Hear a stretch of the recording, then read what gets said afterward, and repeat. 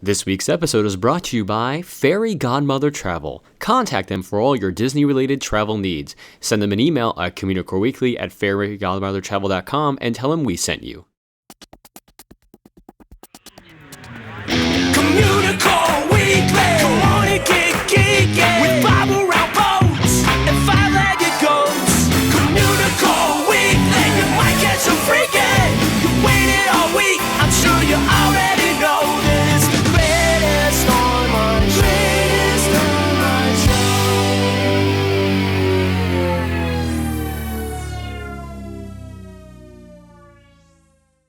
Hello, and welcome to Communicore Weekly, the greatest online show and home of the world's first pair of independently born identical twins. I'm George. And I'm Jeff. And it's been a whirlwind couple of weeks over here at Communicore Weekly headquarters and such. Yeah, you're at Communicore Weekly headquarters west. I'm west, you're east. And I'm east. But Yes. both sides have converged, and it just got crazy for a bit. Well, yes, it did. I think we got all of our steps in. Yeah, I'm checking my Fitbit right now, and I think 10 million was the number that I hit. Exactly. So I think we should jump into the trip report and talk about it. Let's do. I'm step, jump, and skip. We took a trip, and this is our trip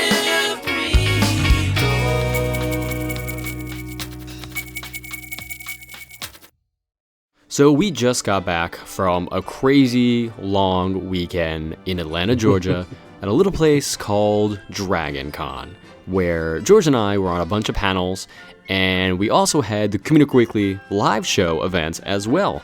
And I had a blast. What did you think, George? I had a blast, but I was completely overwhelmed. Well, you have blown never away. been to a convention Con like that of before. Anything. No, nothing like that at all. And I mean, especially when you put 75,000 people in a 4-square city block. Yeah. And most of them are dressed in costume. And Amazing costumes at that. unbelievable costumes. And then we've got, it was quite astounding Well, to be part of this. I was telling people that you were like a kid in a candy store going, well, look at that. Look at that. Look over there.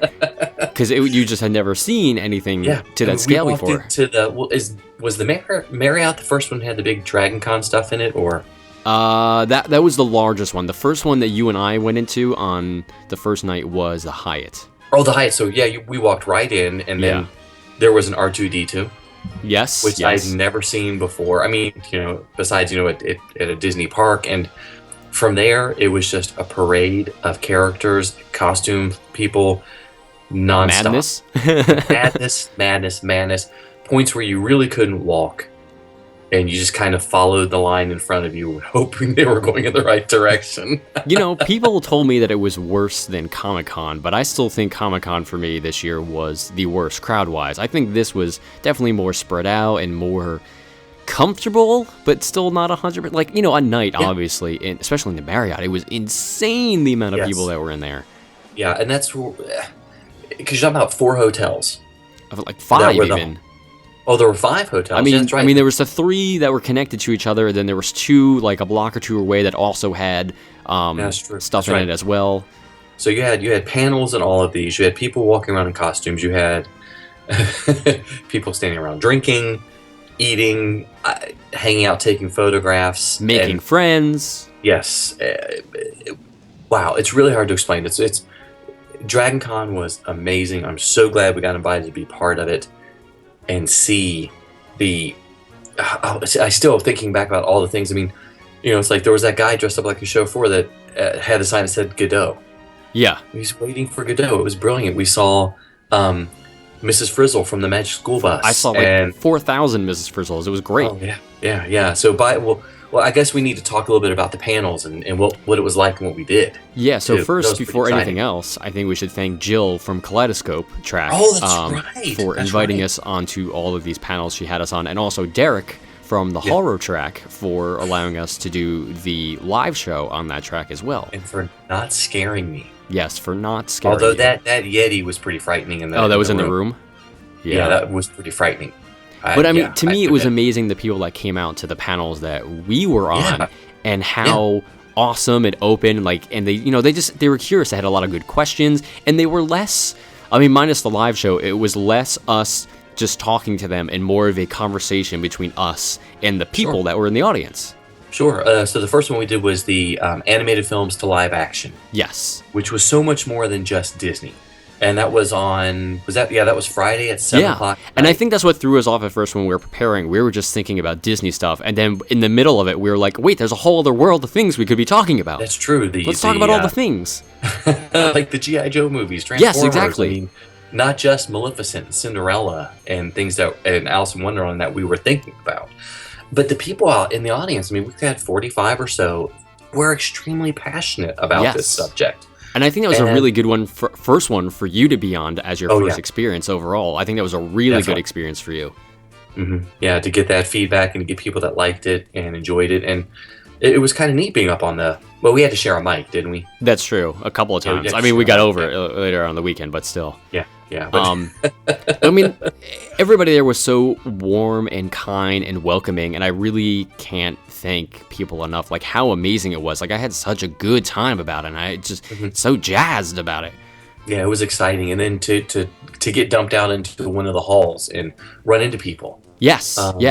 People that we've worshipped from afar. From afar, and got to know. There were some nights that we got to hang out with some of these people too, and then there were some nights that we were hanging out with people that had listened to the show for years, and we were meeting them for the first time.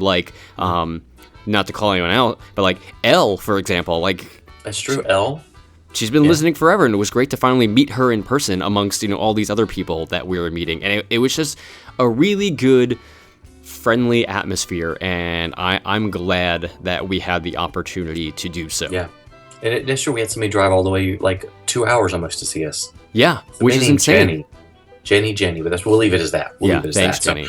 Yeah, thanks. And so then Saturday morning, 10 o'clock a.m., same time as the parade, we were on the Tomorrowland panel. Which had an amazing turnout for a parade panel. Over 50 people. Yeah. They came to see us talk about Tomorrowland. And we have a brand new best friend, a scientist of some repute.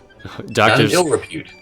Dr. Scott, he's a big fan of the show. He also runs Dr. Geek's Science Lab podcast, which is a great podcast. I was afraid to say it wasn't a dog in a lab coat. Oh, like a George. Science dog. I was hoping, but no. But he's a great dude. It was great to finally meet him in person too, because I had been on his show before, and it was great to finally chat with him. And he's a super smart guy. You guys should listen to his podcast too, after you listen to us, of course. He is the guy who's building the Swan Boat time travel technology machine. Yes, we discussed it. We just don't know it yet, but apparently he does in the future, and that's how we get back to do all this stuff. Yeah. I'm already confused. But I guess just to kind of wrap up, we should, thank everyone who came to the live show. Yeah, I mean, when we went up there, we didn't really think anybody was going to show up for the show. And when I was standing in line at Starbucks, and George was yelling at me from one of the upper levels going, "We have a line! There's a line of people here!" We probably had about 80 people before the doors open. Yeah, before the doors open, about a half hour. So there were a lot of people that were excited about it. We sort of did an informal poll at the beginning, how many people in the room had heard of us, which kind of made us a little bit sad, but it was only about 25 or 30. But they definitely knew on the way out, after the fact. And we had about 250 people that were there. It was standing room only. People in the back, and the Communicore Weekly Orchestra was there. They played all the bumpers live and included added some stuff they didn't tell us. Which was great. They were going to do, which was fantastic, and you guys will hear that. Yes, it'll be our Halloween episode this season, so you'll have to wait. What is it, 3-4 weeks or so? But I don't know. That's the maths. I can't count. Yeah, the maths we can't do real well. But it was a really, really good show. A lot of good energy in the room. People were super psyched about it. It seemed like they were really into it. Got some really good comments after the performance. Yeah, and got to meet some people, fans of the show for years, and had a great time. And then it was more late night. Fun. Yeah, it was wonderful. And really, thank you, all of you guys. You're the reason we do this stuff. So really, thank you so much for all your kindness and generosity over the years. And we're really thankful for your guys. And apparently we may have been asked back. That's all. So I was like, what do you mean? Jill was asking us to come back. She's going to put us on her wish list which I don't know if it's for Christmas or for Dragon Con. It can go either way at this point, but I guess we'll see. Yeah, so maybe make some plans to attend Dragon Con 2016. It's always Labor Day weekend. Yes, it is. You will be among friends when you are there. Yes. Everybody loved everybody and had a great time. And wow, I'm excited now, and I'm actually want to go do some other cons as right well. Now? You want to do it right now? Sure, right now. Yeah, I mean, we can come back and do this later, right? All right, I'm gonna hit stop, and you're gonna go do some cons. Okay, good. He's a nerd, he's a geek, but we all like to hear him speak. So listen up to the words from his beat. It's George's Book of the Week. This week's book is The Wisdom of Walt by Jeffrey Barnes. So I just finished my review copy of The Wisdom of Walt, and I kind of liked it, which is kind of good, especially if I'm going to talk review about the over, book, right? Exactly. No, it's funny because I've seen a lot of Barnes's. I'll call him Barnes because if I say Jeff, it might confuse. It'll be confusing for me. It'll be confused. So I saw a lot of Barnes's posts on Facebook where he would post different characters at Disneyland actually holding his book. And he says, it's time for you to learn all about the wisdom of Walt. And so when he contacted us and said, would you guys like review copies? I was like, well, sure, of course, please send them our way. So I really didn't know much about the book before I started reading it, except that it was sort of like a business coaching book, or a book that you would use to sort of like so you could get mentoring, like virtual mentoring. And don't let that stop you from reading this if it sounds like it's not your cup of tea. Once I delved in between the pages of the book, I realized that it was just more than just a business book. And it really looked at developing your own leadership style, as well as looking at how we personally resolve problems and issues, and how we can relate that to Disneyland and how Disneyland was developed. Barnes would let you talk about problems and issues, how you might relate that to your business or to your personal life, and how you could make a positive change for yourself and others. And what Barnes does that most Disney fans are really going to like is that he ties all of his lessons into different aspects of Disneyland. Whether it's looking at Walt's life and how he faced different challenges to overcome them. Then he goes on to show you how you can focus and apply those same ideas or solutions to your own life. So the development of Disneyland can sort of mirror your own life as well. And Barnes is a professor and does teach a history of Disneyland course, which is kind of neat. It is pretty cool. It is. And he's real close to Disneyland, Jeff, so you might run into him. Mayhap I will. Make sure you carry the book so he can take a photo of you. Okay. So anyway. Jeff in the wild. So each chapter in the book focuses on a different aspect of Disneyland and how you can use that information to make your own life better. The book is very inspirational, but more along the lines of what we're used to with Disney and Disney fairy tales. And Barnes sort of offers a roadmap on how to make your goals sort of come true or come to fruition. The book is designed like most leadership books that you'll find in the business section of the bookstore, and it's not a bad thing, and the title really is very easy to read. And Barnes' style is very down to earth, very relatable, which is great. And as I said, his background in academics and teaching, it sort of allows him to offer ideas and break them down in ways that are easier for the layperson to understand. The Disneyland history aspect of the book, which I know a lot of the Disney geeks are going to be most interested in, is really quite charming. And for us Disney fans, it's going to lend a lot of credibility to what Barnes talks about, because he really knows his stuff. He really knows his history. And the way he weaves it not only into his personal narrative, he talks about his life and what he went through to get where he is today, to, as he sees it, teaching a class on Disneyland at his university. It can be very inspiring to see what he did and how far he went. Barnes really gives us the opportunity to see what Walt did with Disneyland and try to apply it to our own lives as well. And it's a little bit more than just, reading the book. At the end of each chapter, he offers different things like getting your hand stamped. He talks about, it's before you leave the chapter, get your hand stamped, and you talk about the ideas of the chapter, which was great. And then there's a souvenir stop, and there's a part where he asks you to think about putting it in your life as well. So I think it's something that people can read it for the history and enjoy it, or they can read it and try to make things different. I think a lot of hardcore Disney fans they're not going to learn as much about Disneyland, because we're so into that. But, the people that are reading this book, they're going to walk away with little tidbits of information about Disneyland that they may not have known before, and they're going to improve their lives a little bit.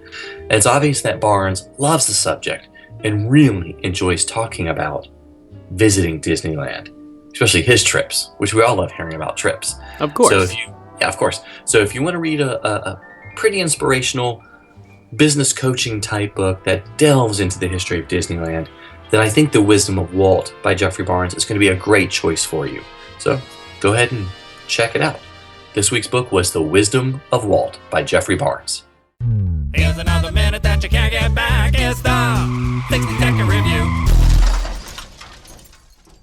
For this week's 60-second review, we're going to look at the new Blu-ray release for Star Wars Rebels, which, if you're not aware, is a computer-animated show sort of like Disney's Star Wars Clone Wars that aired on Disney XD. And before the discs had showed up at Communicore Weekly East headquarters, I'd only seen about half of them. And I wish I'd seen all of them. I was really familiar with the series and very excited to dig into it.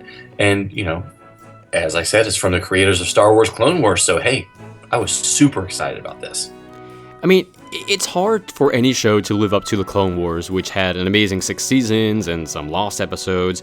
And, that show overall really took Star Wars to this brand new level. And so I was kind of hesitant to start Rebels at first. But that said, every time an episode was on TV, my son Alex and I, we tore into it because we loved it. And, it managed to keep some of the charm of Clone Wars, but still branch off and become its own thing. And it's just amazing. Yeah, so Star Wars Rebels takes place about 4 years prior to A New Hope, or Star Wars Episode 4, the one that came out in the 70s. And we meet Ezra, who's playing the role of a street rat. My first thought was, this is sort of like Aladdin. He's trying to survive life on the planet Lothal. He runs into an imperial entanglement with a shopkeeper, and you quickly learn that Ezra's got a good side to him as well, which apparently will come in handy later. After that, Ezra meets a cast of characters, Kanan Jarrus, Zeb Orrelios, and Sabine Wren. And yeah, it's just typical Star Wars names. That's okay, you'll get used to them. And those three are trying to heist some Imperial goods, basically. And the story moves very quickly and is a lot of fun to watch it. They did really get a job with the action scenes. And eventually we find Ezra is on a ship called the Ghost, where we meet Hera Syndulla and Chopper, an awesome droid. That's all we're going to say. And, about halfway through the entire season 1 disc there, I texted Jeff and I was like, whoa, this is sort of like Serenity meets Star Wars, you know? Yeah, and I thought that was a pretty dead-on description of the show. Yeah. There's a lot of humor, and the interaction between the team is one of the things that really kept me coming back to the show. They're mismatched, but they really work perfectly well together, especially when the stakes are super high. And, every scene is just great. I mean, it makes for good interplay. And it really is one of the better shows on TV right now, and the fact that it's Star Wars makes it even better. And, the show has a ton of guest stars as well. More people from the Star Wars universe kept popping up, and it was just really cool to revisit those characters. I loved it, yeah.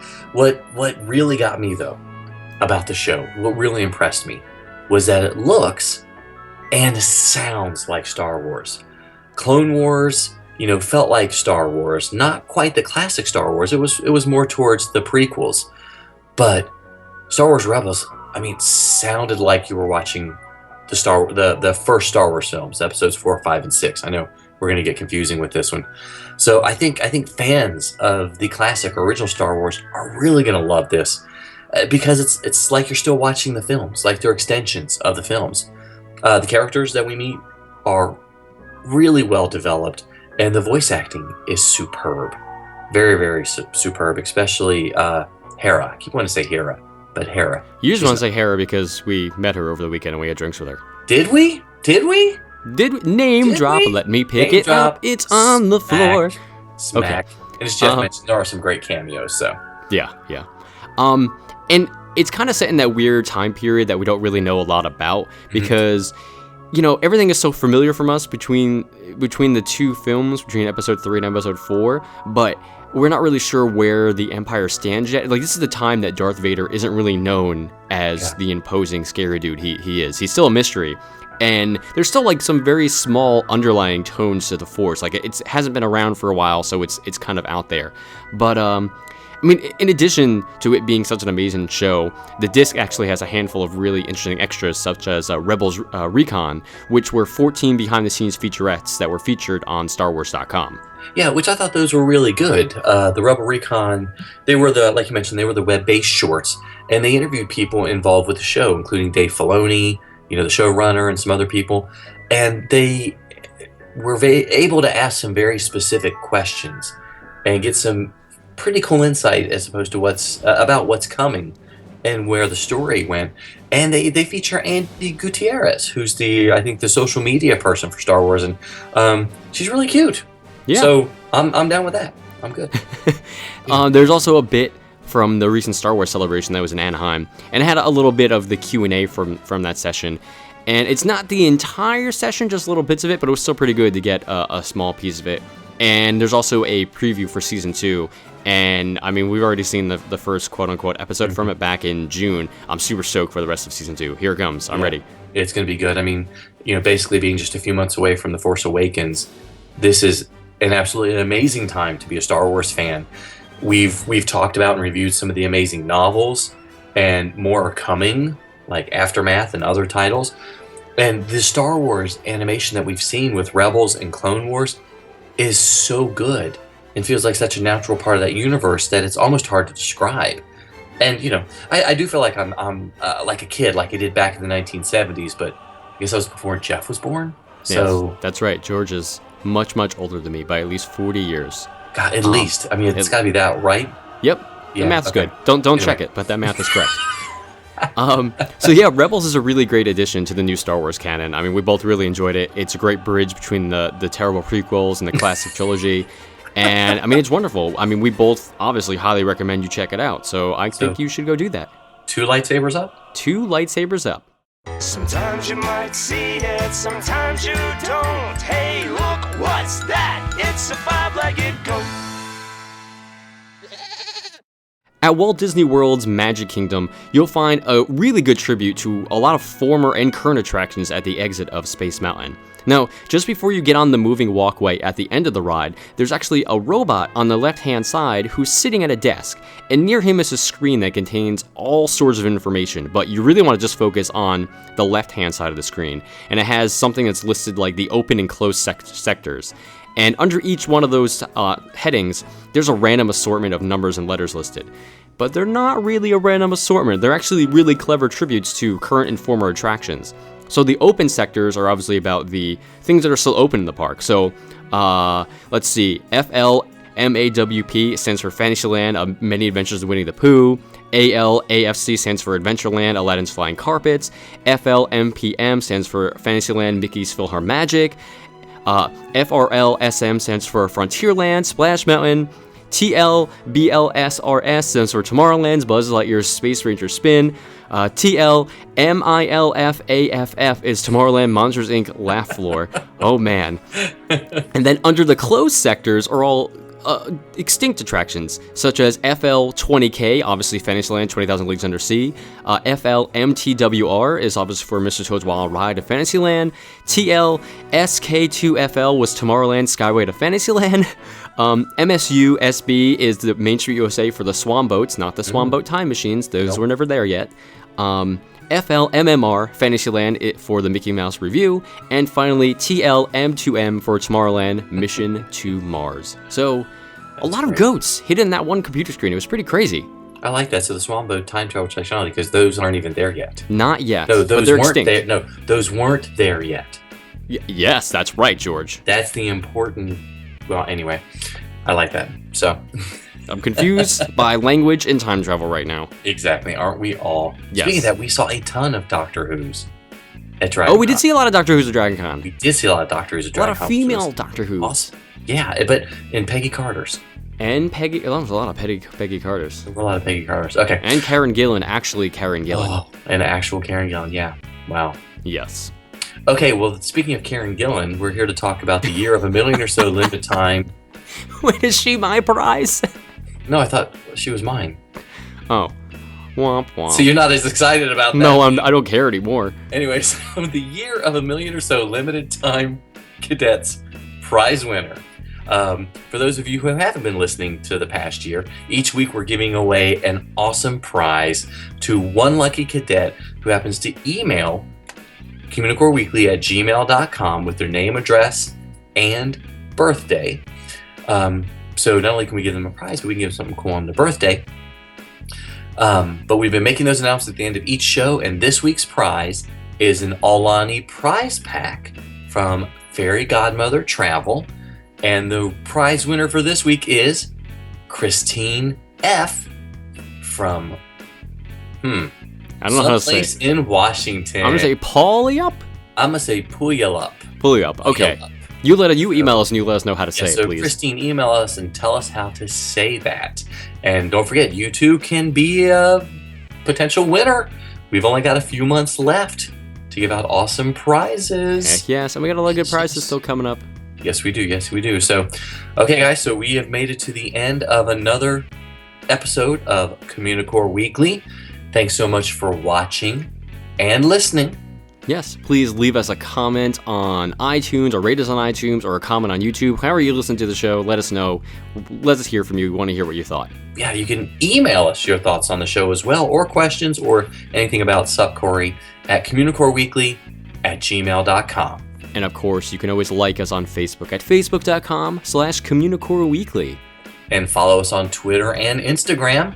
I'm at Imaginerding, and he's at Jeff Heimbuck. And of course, you can always give us a call on the Communicore Weekly Goat line at 424-785-4628. Yep, and visit the Communistore on our website to buy some awesome stuff, or just go directly to communicoreweekly.spreadshirt.com, where you can get some amazing t-shirts like the Hatbox Ghost t-shirt and the Flushing on Our Own Terms t-shirt. And if you want your official cadet membership card or your Communicore Weekly button, send a self-addressed stamped envelope to Communicore Weekly, P.O. Box 432, Orange, California, 92856. I love how you say stomped. It makes us feel Stomped. elegant. I always say that now because I messed it up that one time. So It's it was like stomped. it's like we're more elegant. I'm proper. Yeah, Yo. sure, proper. Yo. And you can always visit patreon.com/Communicore Weekly and find out how you can help support the greatest online show. For Jeff Heimbuck, I'm George Taylor. And for George Taylor, I'm Jeff Heimbuck. Thanks so much for listening, guys and gals. We'll see you next time on Communicore Weekly, the greatest online show.